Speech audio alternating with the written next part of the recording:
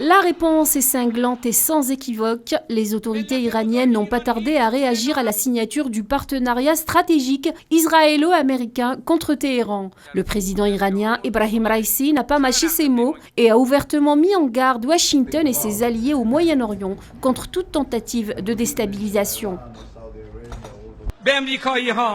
Je déclare aux Américains et à leurs alliés régionaux que la nation iranienne n'acceptera aucune insécurité et crise dans la région. Toute erreur dans cette région sera accueillie par une réponse ferme et regrettable.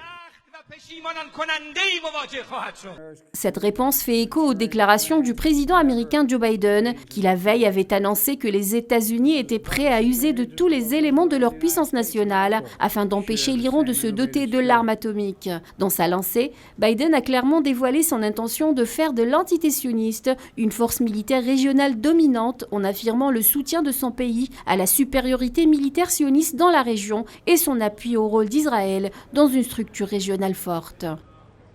Ces déclarations sont des messages adressés par Washington et son allié sioniste à l'Iran dont le programme nucléaire dérange énormément et constitue un point de discorde et une menace pour l'entité sioniste et les pays qui la soutiennent. Les États-Unis voudraient tenter la voie diplomatique en ressuscitant l'accord de 2015 visant à garantir le caractère civil du programme nucléaire iranien. En revanche, l'entité sioniste s'oppose à ce pacte international et soutient le maintien des sanctions contre l'Iran.